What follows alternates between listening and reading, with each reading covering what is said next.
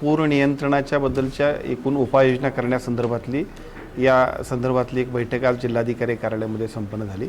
विशेषतः आता मे महिना आहे आणि जून महिन्यामध्ये किंवा जून नंतर जुलैमध्ये जी काही कोल्हापूर जिल्ह्यामध्ये आणि एकूणच महाराष्ट्रात पुराची परिस्थिती तयार होते, या सगळ्या गोष्टींवरती उपाययोजना खबरदारी करण्यासाठीची जी काही एकूण नियोजन करायला पाहिजे त्याच्या संदर्भातलं नियोजन आज जिल्ह्यातल्या सगळ्या अधिकारी आणि लोकप्रतिनिधींच्या उपस्थितीमध्ये नियोजन करण्यात आलं।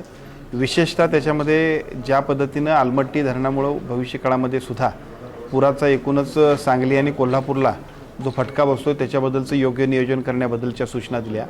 PWDची यंत्रणा असेल, जिल्हा परिषदेचे बांधकाम विभाग असेल, जिल्हा परिषदेच्या बांधकाम विभागाबरोबरच महानगरपालिकेच्या एरियामध्ये सुद्धा आणि ग्रामपंचायतीच्या स्तरावरती सुद्धा जिथं जिथं अशा पद्धतीच्या नाले असतील, वेगवेगळ्या पद्धतीचे केटीवेअर्स असतील, जिथं जिथं पाणी साचतंय किंवा त्याच्यामुळे पाण्यातनं उद्या ट्रॅफिक थांबू शकते, अशा पद्धतीची जी परिस्थिती असते त्याची उपाययोजना, त्याच्याबद्दलची स्वच्छता, या सगळ्या गोष्टी कराव्यात जेणेकरून लोकांना महापुराचा त्रास होणार नाही याबद्दलचं नियोजन। त्याचबरोबर आपत्ती व्यवस्थापनाची संपूर्ण टीम त्यांनी सुद्धा त्यांचं प्रेझेंटेशन की कोणत्याही परिस्थितीमध्ये कोल्हापुरात अशा पद्धतीचा जर प्रसंग आला तर त्यासाठी अतिशय सज्ज अशी यंत्रणा आता आपल्याकडे उपलब्ध आहे। या सगळ्या विषयाची माहिती सर्व लोकप्रतिनिधींच्या उपस्थितीमध्ये घेतली आणि कोणत्याही परिस्थितीमध्ये कोल्हापुरात पूर, महापूर या सगळ्या परिस्थितीमध्ये सुद्धा कोल्हापुरातल्या कुठल्याही नागरिकाला अडचण होऊ नये यासाठीचं योग्य ते नियोजन आपण केलं।